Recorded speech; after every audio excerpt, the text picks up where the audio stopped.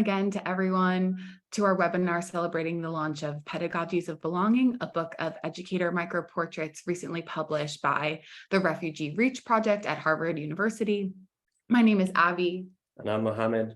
And we are both master's students in Professor Sarah Dryden-Peterson's Research and Practice Lab on creating welcoming communities in settings of conflict and migration.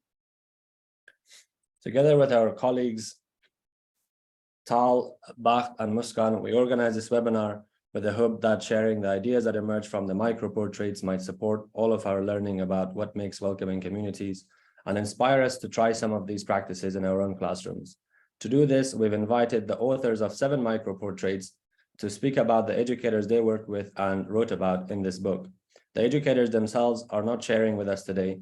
Many of them work in contexts in which what they do is very brave and risky. We're grateful to learn from their experiences and wisdom. If any questions arise throughout the webinar, please use the Q&A button.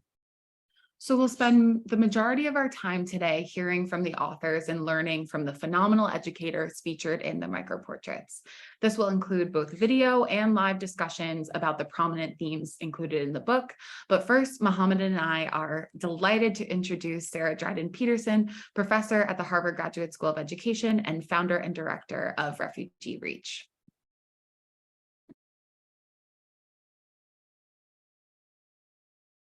Thank you so much, Mohammed and Abby, and to the whole team who have organized this webinar today.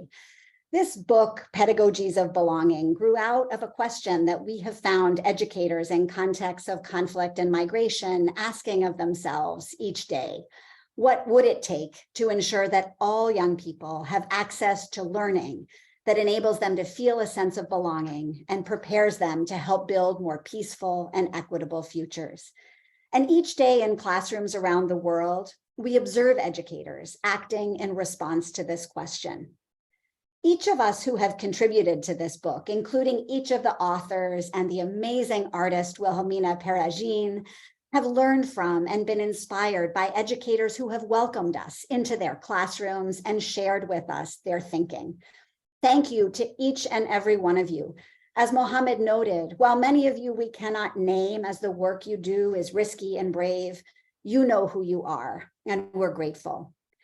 We learn from the educators whose knowledge fills this book how they create with their young people spaces for dissent, for dialogue, for trust, for new identities, for future building, and how they envision and build newly imagined and welcoming communities. Each of the microportraits in this book is grounded in research about educator practices. Authors of the microportraits came to know the educators through research projects that included interviews, observations, and sometimes participatory methods. Each project was at least a few months and at times spanned many years. We see patterns in the purposes of the practices that educators use, even if the practices themselves vary substantially across contexts. These patterns are one that we'll explore in more depth with the authors today. For example, educators describe creating relevant curriculum for their students, often despite rigidity in the content that they're expected to cover. They show how recognizing identities of their students that the students bring to the classroom and the ones that they create newly in the place that they live is core to the work that they do. And they emphasize how building relationships forms a foundation for experiences of learning and belonging. And they explain how they foster relationships between students and teachers and among students. Educators also demonstrate how they engage in future building with their students, even when the future seems scary and unknown. They explain how often these practices compel them to act with resistance, often at great risk to what school and national structures expect them to do and what their previous practices had been. Each of these practices don't stand alone. Educators show us how they're intertwined and how they all connect to purposes of creating spaces of learning and of belonging.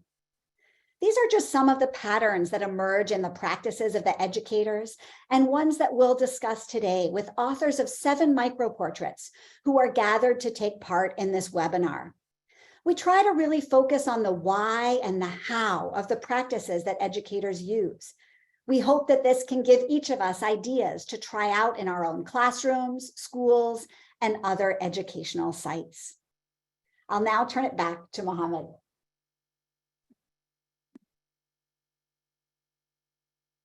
Thanks, Sarah. That was some really useful context, as well as an introduction to the themes that we'll be highlighting in today's webinar.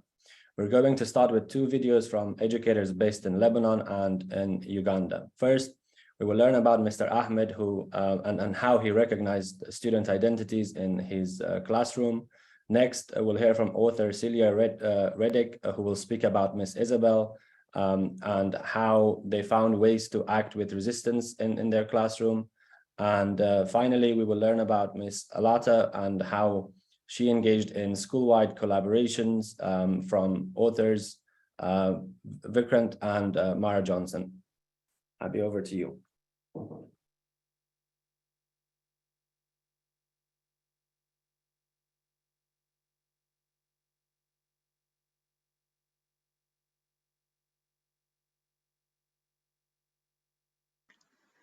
Hello, everyone. My name is Vidur Chopra, and I'm glad to join you through this video recorded message.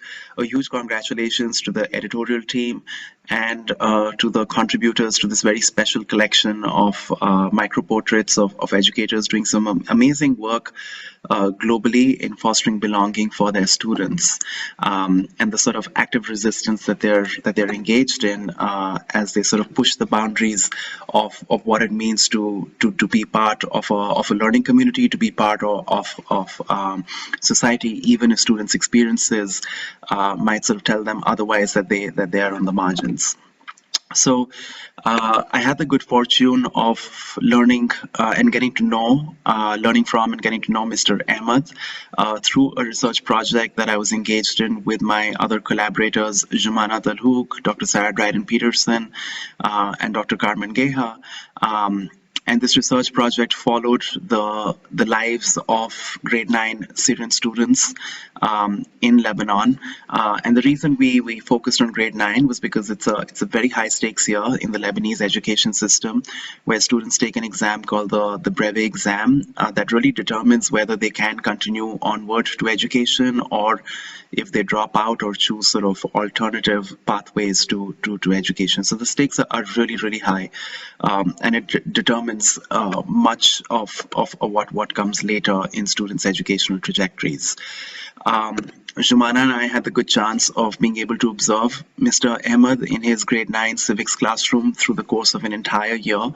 And we observed both Mr. Ahmed and other teachers trying to really sort of carefully detail, elaborate the ways that teachers were able to sort of foster belonging, were able to sort of open doors, build bridges, and really connect with students in ways that felt authentic and deep and important to the ways students imagined and thought about their own futures particularly. And Mr. Ahmed was teaching in a low-cost private school at the outskirts of Beirut. And the school was very different because though in public schools, which is where most Syrians tend to attend, where they go in the afternoon, whereas Lebanese students go in the morning, so they're sort of separated. In this school, this was a low-cost school that was run for and by Syrians particularly. And Mr. Ahmed and his colleagues had worked to ensure that students could give the examination, the brevet exam, in Arabic, whereas in fact it's only offered usually in French or in English. And so it was really important that students could take this exam in a language that they were comfortable with and knew. One of the things that really struck me, and I remember this so clearly, was that, you know, every time Jumana and I would observe this lesson, Mr. Ahmed would always sort of do a quiz, and we often got sort of bored and a bit sort of tired of seeing Mr. Ahmed sort of do the same thing again and again. But it was only when we actually had the chance to sit down with Mr. Ahmed, where he reflected on his pedagogical styles and decisions, that we realized that this was in fact a very intentional choice that he had made. Mr. Ahmed, interestingly, was in fact the only teacher in our study who actually undertook a survey of students to try and understand what their family backgrounds and home contexts were at the beginning of the year. And it was this survey that really informed him and helped him understand that his students, in fact, came from homes where they had household chores to attend to, where they might not have electricity, and they might simply just not have the time or the opportunity to actually go back home and sit and study in a quiet space. So Mr. Ahmed, in fact, decided that he would use pedagogies that would allow his students to learn the lesson in the classroom during class time. He would often give less homework and really sort of support his students through these sort of pedagogies, even if they felt like a bit sort of routine and a bit mundane, but the students never got tired of it. They were always excited, they were always enthused, and it was almost that they knew that he was consciously helping them learn deeply in a way that could in fact help them move forward and succeed in this examination. He also described how he would create WhatsApp groups and message each of his students before the night of the, before the exam, to wish them luck, to encourage them, to say a little sort of bravo, and really echo and affirm his belief in his students that they could in fact succeed, even if they received contradictory messages from everybody else outside. And I think these are just some small, really tiny examples, but very concrete. I hope that help you learn a little bit more about Mr. Ahmed and the many ways that he has fostered deep connection and belonging with his students. But I also encourage you to engage with these micro-portraits, to read, to pause, to reflect, to think of all of these educators and the good work that they're doing, but also to ask ourselves as to what is our shared responsibility in supporting these educators and in fostering a sense of inclusion, welcome, and belonging for all. So thanks very much, and hope to learn more from you, and I wish you all the best. It's wonderful to hear from Vidur about Mr. Ahmed and his practices. And you can see here on the screen illustrations that are part of the micro portraits. And so we really are encouraging you to, we'll share the link to download the book where you can read more about each educator and also see this beautiful art. We'll now hear via video message from Celia Reddick, who will talk about educator Miss Isabel in Uganda and the way she acts with resistance.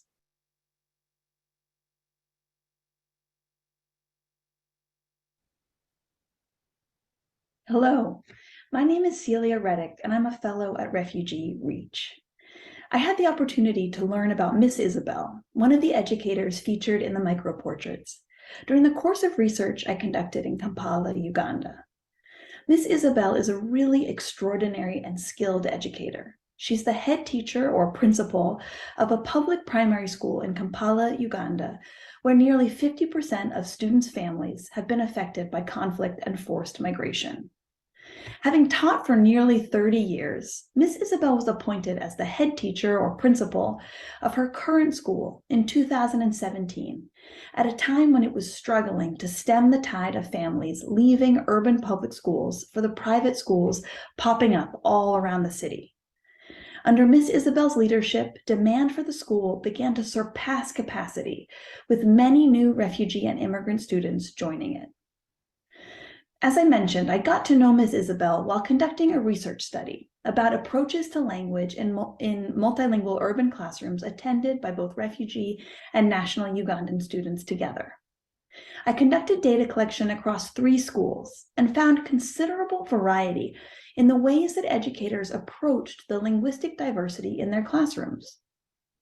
In classes with as many as 100 students, both refugee and Ugandan, there were often as many as 8 languages represented among children.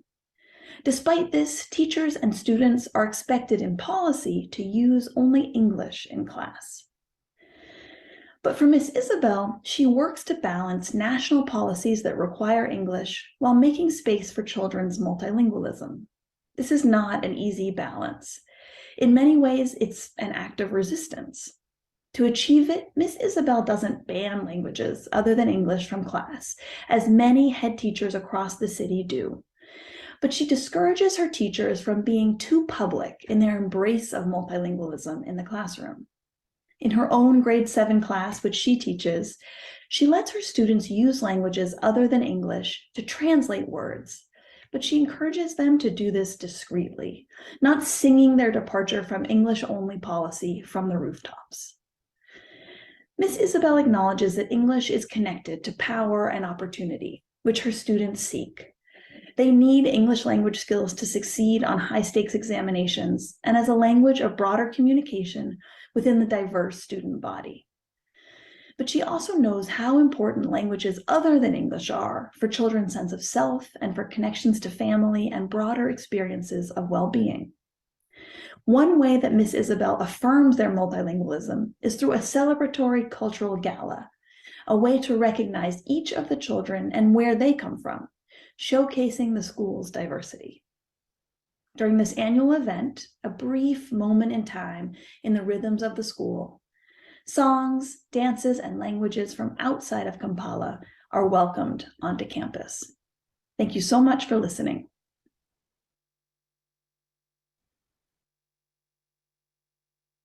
It's wonderful to hear from Celia and about the educator, Miss Isabel in Kampala, Uganda. The final video recording that we'll hear today before we get into live discussions is from Mara Johnson and Vikrant Grong, who will talk about Miss Alata in Michigan in the United States.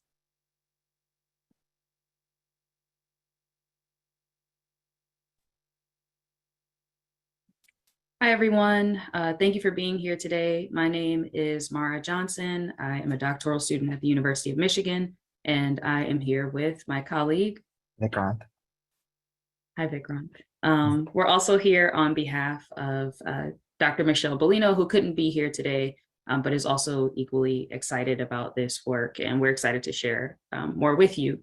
So we have had the chance to write about Miss Alata, who is an English language, literary, and composition teacher in Southwestern Michigan. And we came to meet Nora, Vikrant, and I through Dr. Bellino's qualitative methods course, where we were conducting an ethnographic study partnered with Miss Alata's high school to learn about newcomer student experiences and how the school could be more welcoming for these students. Yeah, and in our time observing her classroom and interviews with her, talking to her, we noticed a lot of really excellent practices in her classroom, one of which being the practice of translanguaging. I saw myself, Miss Alata, using direct translation, app-based translation tools, and like interacting with her students individually with the use of multiple languages in order to help all of them work together and like learn in their home languages before conducting full class interactions in English. So I found students on their phones, using app-based translation tools, and it was a really excellent experience to see how she's also embracing technology and supporting her in doing this work. Also, I noticed that a sense of relational care really drives Miss Alata's instructional choices and her interpersonal relationships with her students. She talked to me a lot about her own experience as a Syrian refugee in high school and not really feeling like she belonged. And I think because of her experiences, she is able to put herself in her students' shoes and really spends a lot of time thinking about how she can make them feel more welcome.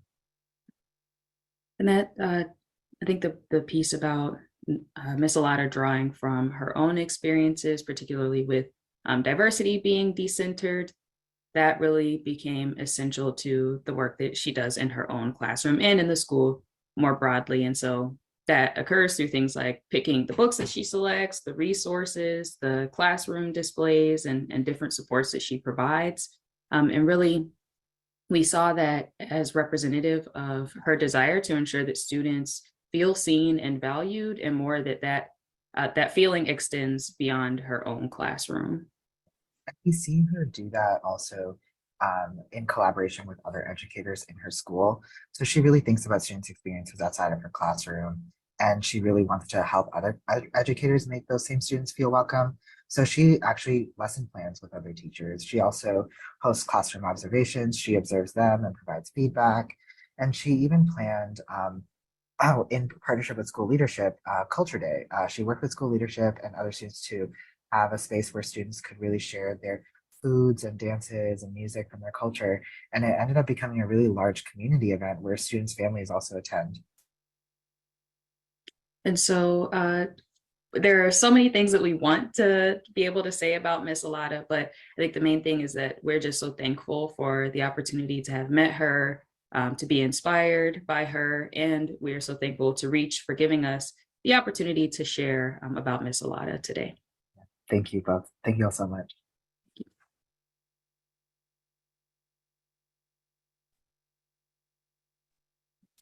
Hi, everyone. Thank you, Vidor, Celia, Vikrant, and Mara for highlighting the ways that educators spoke to specific themes within their contexts. Now, we'd like to invite authors Mervi Kauko and Iba Salem to engage in a discussion comparatively of two educators who created relevant curriculum for their students in different contexts, Mr. Faisal in Jordan and David in Australia. So we'll start by asking Mervi and Iba to introduce themselves and the educators they worked with and wrote about. Iba, why don't we start with you? Thank you very much. Hi, everyone. I'm Hiba. I'm a research fellow at the University of Oxford, and I met Mr. Faisal. I was fortunate to meet him in 2017 when I was conducting research in Jordan, and I was learning about Syrian students' experiences in learning in double shift schools where they were segregated into afternoon schools. And Mr. Faisal was an Arabic teacher teaching grade 7 and 8, and he had been at the school for a few years. Thank you. Great, thanks, Hiba. And Mervi, an introduction of David. Yes, thank you, Abby. Hello, everybody. My name is Mervi Kauko, and I'm a Fulbright fellow at the Reach Center, but really I'm from Finland, Tampere. The educator I wrote about is David, a principal in Australia. And I met David when I was doing field work at his school, and I had a long, almost 2-year field work in Noble Park Primary School in Australia, and they have decided to let me use the real name of the school when I talk about their pedagogies in a general manner. And David had been a principal of that school for 17 years, and the school is a middle-sized public primary school in the outskirts of Melbourne. And like Abby said in the beginning, the microportraits are about educators who are phenomenal, and I think David is, although he's very humble about it. Maybe before we go into the other questions, I just want to share this, that when I first spoke with David at Noble Park, he told me that when he started as a teacher a long time ago, he was handed a thick pile of documents and pushed to a classroom to figure everything out by himself behind a closed door. And he said that this was going straight to the deep end, and he wanted to do things differently. So he saw his role as helping teachers to build relationships with students and also with families. And he used his own example in doing this. So he had a relational approach in working with students and staff and with families, and I think this is something we try to highlight in the microportrait. Thank you, Mervi. So now we'll move into our discussion of how Mr. Faisal and David created relevant curriculum for their students. So we'll go back to Hiba and hear about Mr. Faisal. Thank you very much. I think what's important to highlight first is that Mr. Faisal was teaching 2 shifts a day. So he was teaching a morning shift for Jordanian students and then an afternoon shift for Syrians. And that wasn't how he first started his teaching role, but that's how it grew to be with increasing number of Syrian refugee students. And he really struggled with the fact that there were limited resources, short school hours, and not a lot of focus on students' needs. So what he wanted to do was actually find ways, even where there's small moments, just to change that kind of more rigid classroom structure and really recognize his students' needs. And 3 things really stood out to me about the way he adapted the curriculum. First was that I think he really used his time in classrooms and even outside classrooms whenever he could to ask students about their lives. So he really learned about, he knew every single student in his classroom, what their family situation was, how long they'd been in Jordan for, whether they worked, whether they were under any kind of social or economic pressure. And he used that to really understand how he could best be there for them. So I think, one thing that stood out is that he, for example, would try to give a small review of the previous lesson, even though the classroom was already short, because he knew a lot of his students were absent and often very absent. So he would try to make up for that absence whenever he could. A second thing that he tried to do is to link the curriculum textbook with the realities of students' lives to keep them encouraged and also engaged. So he knew that a lot of the students at the time were, their families were still under active war. And he often felt that his students' moods were different every day. They might be distracted.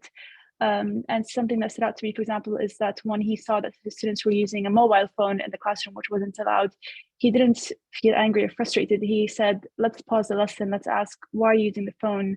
And he learned that they were watching the news about Syria, actually. So he tried to relate the curriculum lesson at the time back to what they were facing and the events that were happening in their lives. So always making sure that the lesson doesn't ignore the fact that there are real circumstances happening in those moments. And the third and final important thing is that he also saw that he had a role to play outside of the classroom hours. So he also knew that there were some wider social and political barriers that impacted his students. One of the things that really stood out is that Syrian refugee students at the time weren't easily allowed to go on school trips due to both political and economic barriers. So he actually, with colleagues, spent many weeks, he said, fundraising and finding a way for them to have access to a field trip. And that field trip was actually to visit a site in Jordan that they were learning about in their curriculum as well. So it was again a way to make sure that students were not just learning about things in Jordan, but were actually able to go and visit them and had equal access to opportunities like their students. So I think these are the main three things that stood out. Thank you, Eva. And now we'll see what this looked like for David in Australia. Thank you. The first point is very closely connected to what you said, Hiba, about knowing the students, and also what I said in the introduction, that David had this relational approach to working with staff, but also with families and students. So when he didn't want his staff to go straight to the deep end and figure everything out, he was talking about how Noble Park was in a very specific context in Melbourne. It was in a low socioeconomic area with 90% of the students speaking English as an additional language, and about 1 in 4 of the students were refugees. So he knew that he needed very specific kinds of teachers to work in this context. And he wanted to have teachers who wanted to work there, not teachers who couldn't get a job elsewhere. And this was an important thing in Australia because there's a big teacher shortage there. So good teachers were hard to find. But his way of working with staff was that they got a thorough introduction to the way the school worked, the philosophy and the practice of the school, and they were strongly supported from the beginning, but also throughout their teaching. And this meant that David had managed to attract, but also keep committee teachers who told me that they were in the school because they wanted to work there. They didn't want to work in some quote unquote easier school. But David's relational approach with families and children was that he knew all the students by name. There were about 400 students, I think, at the time. And he showed by his own example that he related to the students personally. He knew what they were interested in. They remembered their hobbies. They knew who was whose sister or brother. And that was important. Everybody called him David, although in other schools in Australia, teachers are often called Mr. or Mrs., but not in this school. Families were welcome to the school. When they picked up their children or brought their children to the school, they often came early, and that's when David was outside, meeting and greeting them and talking with them. So this was one of the key points, I think, how David made the school special. And that was about the whole philosophy of the school, not only about the curriculum, but it relates to making curriculum relevant for this cohort of students as well, because, as I said, they were mostly children who didn't speak English as their first language. He knew that the curriculum needs to be personalized as well. So it's not one size fits all, and the things that might be required from most Australian students of that age might not be reasonable for this group. And in Australia, there's a strong emphasis on standardized testing, which is very much about literacy and numeracy. And David felt that this is not fair for their students. He wanted to personalize the curriculum, but also personalize the testing in a way that he could. This is how David used his decision power as a principal, and highlighted for the staff and for the students and for the families that the testing is important. They need to do it so that the students are not in a disadvantaged position when they leave school, for example, but it's not the most important thing in their learning. He thought, and he said to me in his interview, that he thought that teaching for the tests, like was done in some other schools, is not what they want to do. They could do it and the grades would go up, but that's not good considering the whole learner. That is not making better students. And one of the teachers actually in the school put the idea of or their approach to testing quite nicely in this quote, and this is the only quote I read, so bear with me for 1 second. One of the teachers who worked there said that they are doing these tests in their third language, and when they are stressed, I said to them, don't worry, if we went to another school, some of these other more affluent schools in this area or something, and ask the kids to sit down and do it in Dari, do you think they'd perform well? Imagine me do it in another language, I wouldn't do well. And I say, you are doing this in a second or third language, don't beat yourself up if it's challenging, you're still learning. So this was very much throughout the whole curriculum visible. They didn't teach for the test, they thought that their bigger job is to cater for the whole child, and this was coming from David's leadership in the school. And a final point I say for this question that we also write a little bit about in the microportrait is that rather than just focusing on these measurable skills of numeracy and literacy, the school had a very strong emphasis on playfulness. So children were encouraged to play, and then teachers' job was to make connection between what they learned in play and the curriculum content of that time. So a play was built into the schedule of the day. With older children, it was called investigations, but it was really, again, very playful. And this is something that David thought that was easy to match with everybody's learning, so that they had these entry and exit points that were different for every child, and they could find the content more easily available through their playing or investigations with good pedagogy from the teachers. That's all. Thanks, Mervi, for that description and for bringing in a teacher's voice to the webinar today. So finally, we're eager to learn which parts of these educators' approaches were specific to their context and which parts could be applied more universally. And so back to Eva. Thank you very much. I think for, when I spoke to Mr. Faisal, he said that a lot of the practices he only learned because there were changes in the context. So he used to teach in a very, I said, more traditional way, just reading the textbook. But it was when he saw that students were facing very different circumstances when the double shift happened that he felt he needed to change things. And part of it is very local in terms of the structure of the hours were suddenly shortened, students were segregated, and Syrian students needed very specific support. But I think one thing that does emerge from talking to him, and that's relevant more widely, is that what he comes to learn is that what's important is really recognition, care, and connectedness, and connect to one another. So he wanted his students themselves to be more engaged with one another, but also for him to connect with them. And he's drawn what is shared between us. So he talks about how we are Arab, we are Muslims, we have a similar culture, to just show that we really care for each other.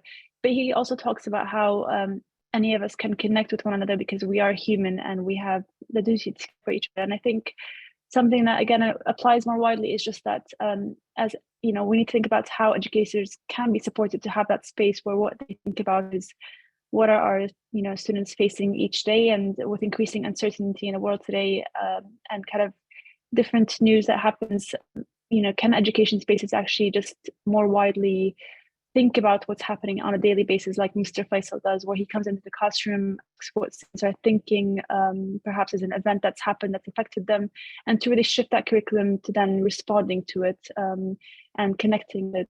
So I think that's the main thing that really should be applied more widely, is that we all do face uncertainty and different forms of obstacles, and educators are able to really use the space in classrooms to care about it, to recognize that different people have different circumstances, and really it can be connected to learning. Thank you. Thanks, Huba, for parsing that out for us a little bit. And finally, Mervi, to hear about David. Okay, thank you. This was a difficult question because I think most of the things that David did in his leadership, in his leading, and the teachers in his school in their teaching are not context specific. They would make sense elsewhere as well. What made the context special was that it was in Australia, and it had to work within the Australian requirements, Australian and Victorian, the state curriculum, and then the national testing. But I think similar systemic pressures are in schools elsewhere as well, so it's not that context specific really. The student cohort was perhaps context specific, but that could also be another school in another country where there just happens to be many newly arrived migrant and refugee children. And some of the practices I think are more suitable for those types of context than others, especially how they really worked hard to figure out how to make the pressure of testing less serious for the students. But I think the core principles of David's work, emphasizing the relationships between staff and principals and teachers and families and students and everybody and the whole community, that's important, and that makes sense everywhere. And also what I think is important here is that they acknowledge that newly arrived children, especially from refugee backgrounds, first need to feel safe and need to feel that they belong in their community before really learning can take place. And this is something that links with the relational approach, as well as their emphasis on playing and investigation, because as the children played and spend time investigating and exploring and also building relationships with others, that is when they can start feeling that they are safe and they own their surroundings and they belong to their schools. So I think these are perhaps more important for children who come from migrant and refugee backgrounds to a new schools and try to find their place there. But I think this would not hurt in any school anywhere with any type of student cohort. So I think these are not context specific, but make sense in education in general. Thank you. Thanks, Mary. And now we'll move on to the next discussion, and I'll pass it over to Mohammed.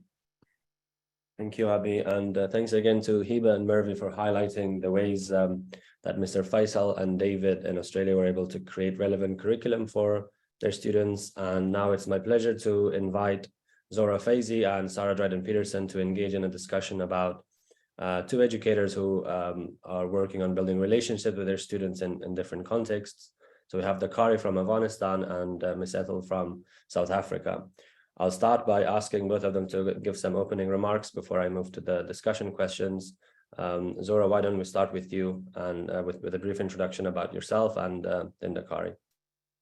Thank you. Hi, everyone. I'm happy to be with all of you this morning. I'm Zara Faizi. I'm a lecturer at MIT and a member of REACH.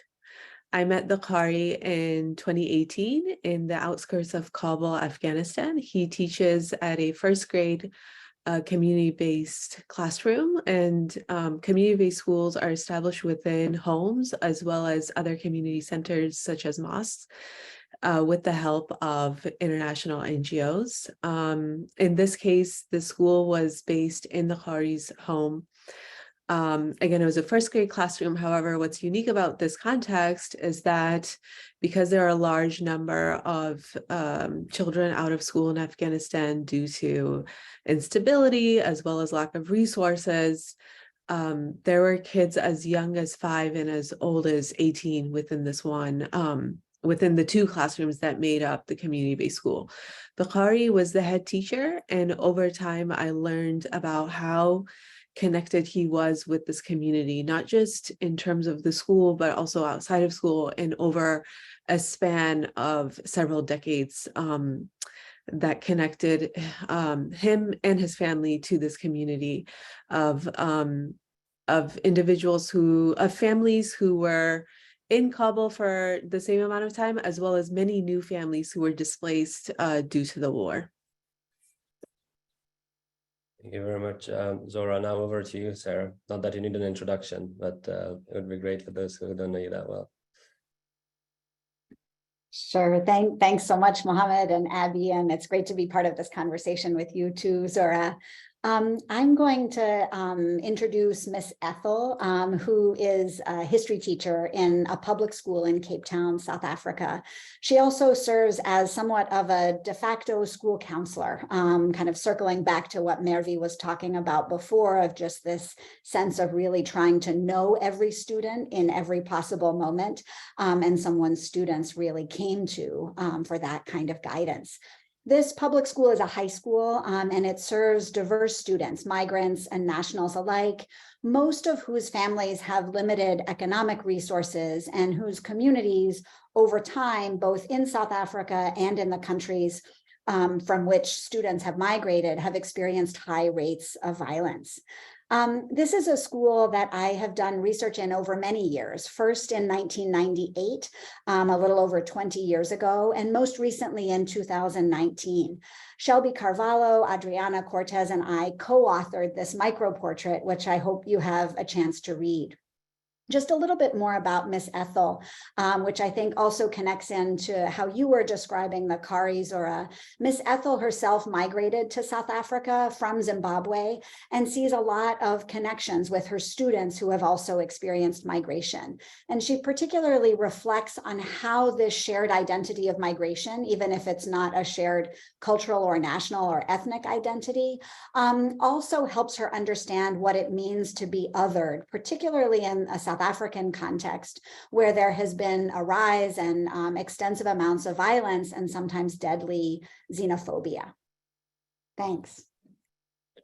Thank you, Sarah and Zora. Now I'd like to ask specifically about how these 2 educators build relationships with their students in what seems to be very difficult contexts. We'll start with you, Zora. All right, thank you. As I said earlier, I think as I spent more time in the community, I learned how deep the relationships were between the Qari and students and their families. So the first important point is that he relied on many existing relationships with families through the mosque that he had formed, as well as he had classrooms in his home even before the community-based school was established. And so he relied on these relationships in order to create an environment of trust and comfort within his own classroom in this new setting, which is a community-based school. And I should note also that community-based schools are part of the public system in Afghanistan, so they teach the national curriculum. However, in many ways, the Qari also adapted the national curriculum. And then secondly, the relationships that he built were really focused on learning, which might seem quite obvious in the setting because it's a school. However, again, given the instability and experiences with displacement that these children had faced, I think providing an environment where kids could just learn and play and have the attention of an educator was something very unique and something that's not very, that they might not have had a chance to experience before. So he really put a lot of effort into providing attention for each student. So students would go up to the board and he would, congratulate their efforts and encourage them to be more outspoken and to engage even more. And then individually, students were paired with each other so that they could help each other in the learning process. And because there are older and younger students within this classroom, the older students would help the younger students with their classwork. And I think that really helped both age groups in terms of their developmental level. So the older students were, had a little bit more responsibility and a little bit more responsibility within the classroom, and the younger students had more support. And then, aside from learning through doing work and through reading and writing, there were many active-based activities that he incorporated into his classroom as well, that I think promoted a relationship building between students as well as between the teacher and his students. And lastly, there are many ways that the Qari connected home and school through stories in the curriculum, as well as through teaching his students how to greet their parents properly, how to greet other neighbors in the neighborhood properly. And I think what this did ultimately by bringing in certain elements of home into the classroom, it created a sense of belonging in the classroom, that you don't necessarily have to follow a strict national curriculum to belong here, but you can bring in your cultural values, and as well as the relationships outside of school are important within school as well. So I think in general, I think relationships was just so key to the environment that he created within his classroom. Thank you so much. And now over to you, Sarah. Thanks, Mohammed, and thanks, Dora.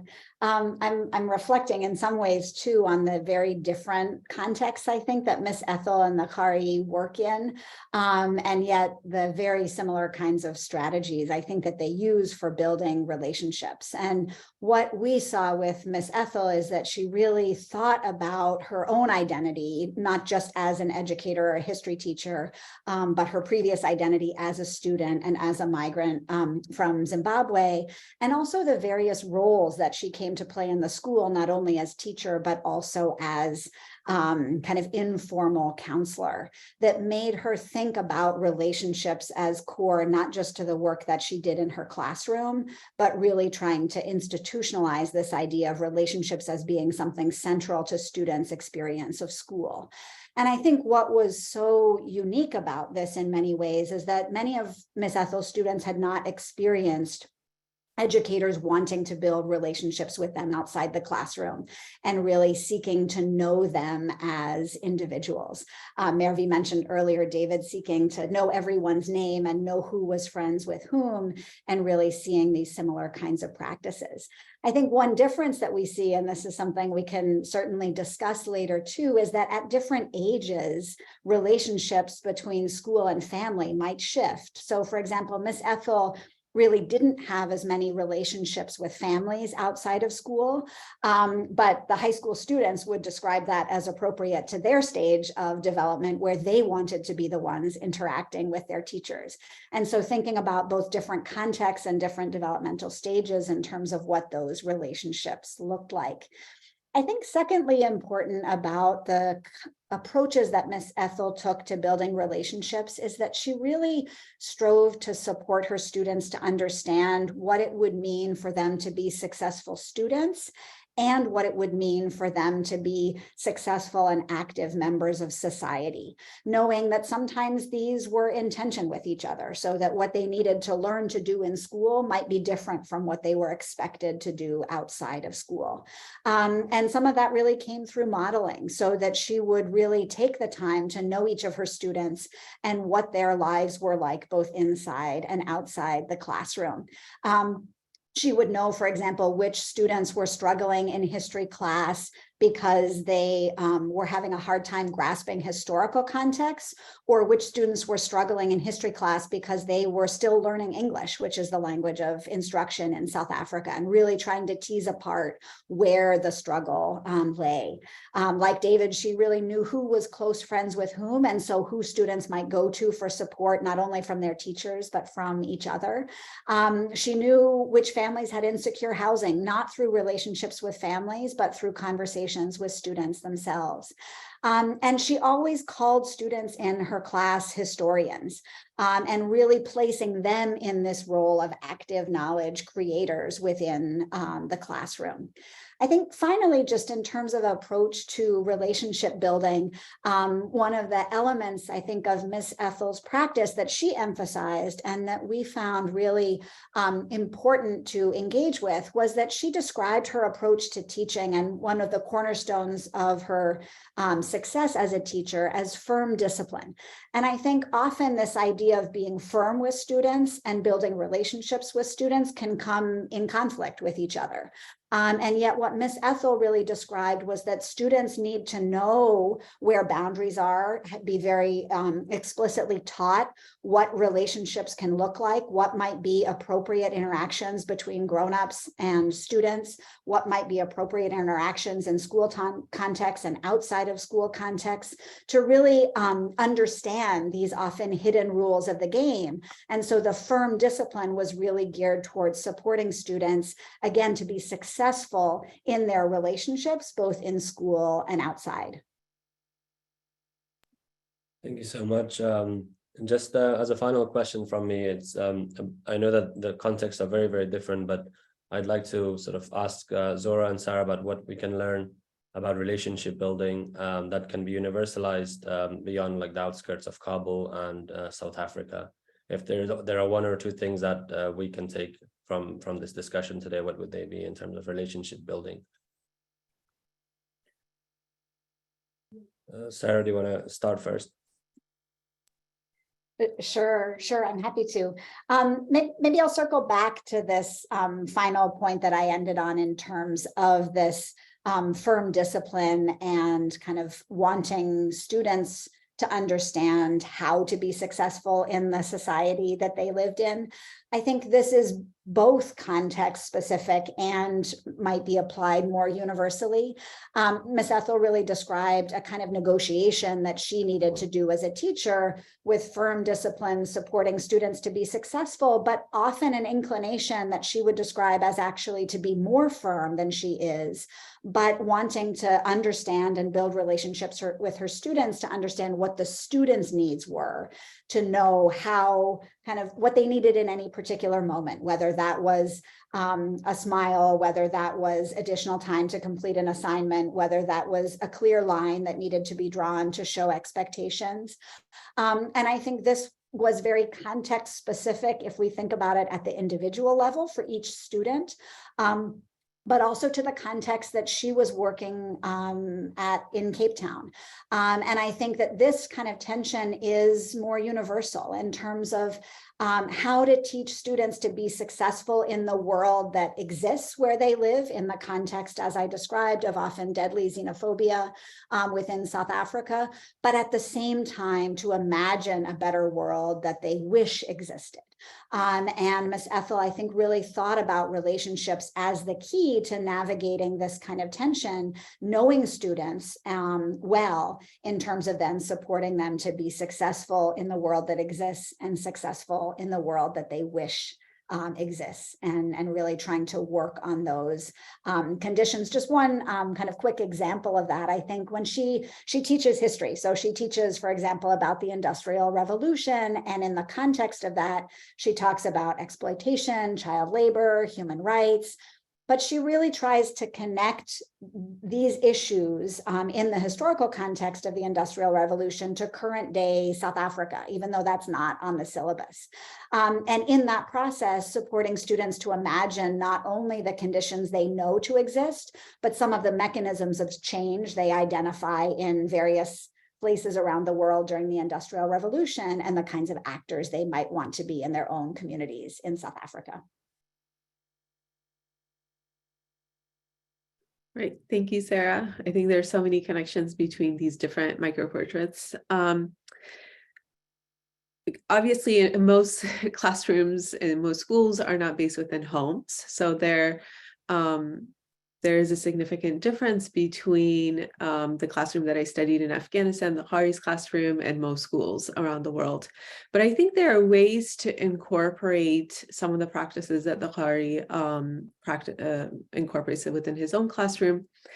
And one that I really want to highlight is the importance of representing or bringing in different cultural values within the classroom that enable students to connect with school in a deeper way, rather than a place where they come to learn the curriculum. This is also a place where their values are reflected.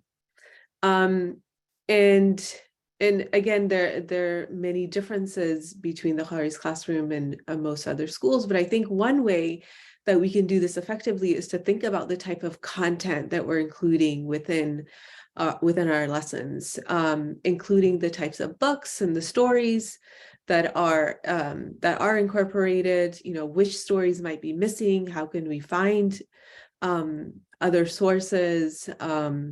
Perhaps it doesn't necessarily have to be in the form of a book, but audios or artwork, different ways that, and I think a lot of relationships in terms of just one-on-one relationships with students, and not necessarily this type of classroom environment where most people are from the same culture, is really important to foster within a setting where a student might be a minority in one way or another, in order to identify these different stories and values that you can incorporate within your classroom. Another thing that I saw in the Qari's teaching was just respect for diversity, and creating a space where students could dress the way they wanted to, and speak the way they wanted to, while also being over time stressing things like speaking the formal language and incrementally driving home points that are important in the lesson plans. And secondly, in terms of building relationships with parents, which I think is also really important within the Afghanistan setting, I think it's really important to respect the different ways that parents engage. Not all parents might come to the student, might come to school and directly speak with teachers. There, and particularly in, it's hard to say like what sort of, I know in Afghanistan, parents aren't going to come and challenge the teacher and really, advocate for their child the way it happens in the US. They see teachers as a role model, that, the teachers know best. And so out of respect, they would want to listen to the teacher's perspective. So I think learning a little bit more about the ways that parents engage is also important in building those relationships with families as well as with their children within the school.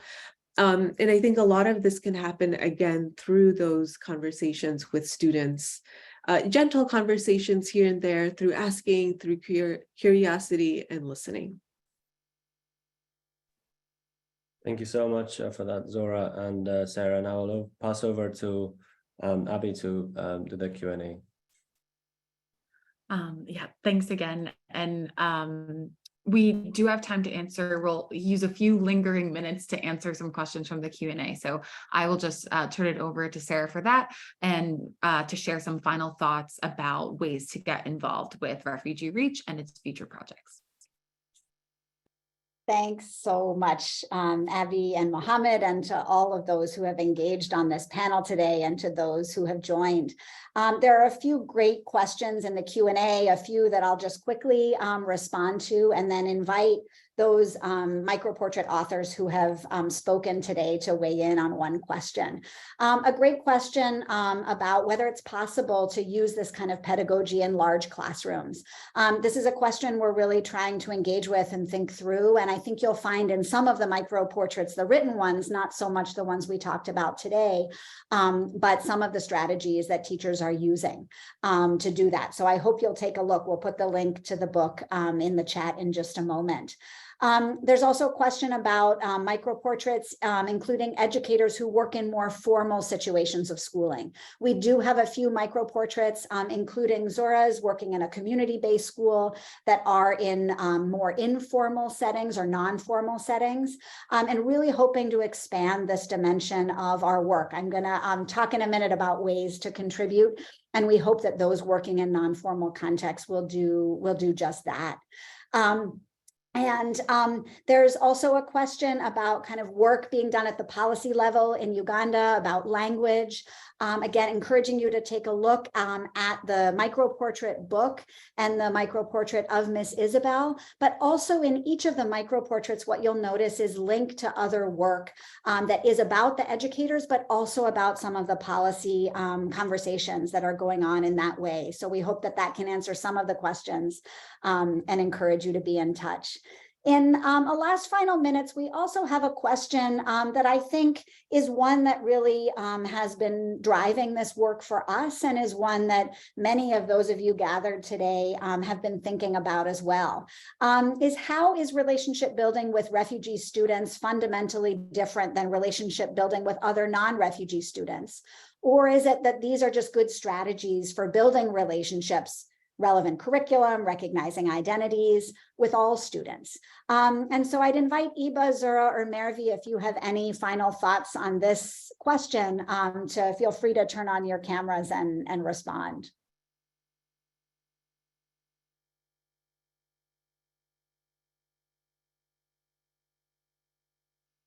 I can just quickly respond. I think this is a repetition of what I said in the end of my turn to speak about David, but I think these are strategies that make sense in most education. And as I said, I'm from Finland, and it is a quite different educational context compared to Australia or the USA, where in our education in general, we emphasize relationships and playfulness maybe more than in some other places. So in my Finnish eyes, this looks like good strategy everywhere. And what I see in Noble Park, when working with refugee and migrant kids, I saw that it definitely benefits this group of students very much.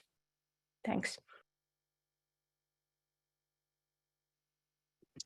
Thank you. I'll just jump in quickly also to say, I think I also touched on this in my final moments talking about the portraits, but I also do think it's a good strategy to follow in any education setting. And I think, again, I think it's the idea to recognize that people face different levels of access and opportunity and personal, social circumstances. And, you know, thinking about how we are able to, in education settings, recognize students' needs is the key thing that we can take away from some of the portraits or all the portraits. And again, I think it's just relevant across so many contexts, and especially with uncertainty in the world. I think one thing that is clear is that students are at the heart of the classrooms, and their needs are the things that can guide us to adapt our practices. And I'll just add, I agree that the principles are the same. However, I think the work that has to be done in order to practice some of these principles might be different. I think refugee children have come from very difficult environments where there's a lot of tension, not just between well, there's a lot of tension between different groups. So you might have 2 Afghan students within a classroom who had very different experiences. And I think as an educator, you have to think about the differences in how to mitigate the tensions that might have existed. And that requires, I think, taking time to really inform yourself about these different contexts. Yeah, I think it's like being aware of the context is really important in developing relationships between the educator and students, and also enabling that relationship building between students as well. Thank you to all of you. I think one of the real themes that sticks out to me from this is how much educator learning is going on. Mervi, you described the pile of papers that David was given, and then the kind of way he went about trying to learn about the context. And Zora, this many decades of the Qari, building relationships with students and really getting to know their families. And Iba, this sense of Mr. Faisal really all of a sudden seeing new needs with students and coming to a new learning of what practices might look like. And how we both support educators and those of us who are educators in doing this work, and also not expect educators to do this work alone. I think some of these questions about what kinds of systemic structures and support and capacity building need to be in place, and the kind of collective responsibility that Vidur concluded his video with in asking us all to be involved. This book also, Pedagogies of Belonging, Bakht has put the link to it in the chat, so we hope you'll take a look. We really hope that it's a collective project, so that the current 9 micro portraits are just the beginning.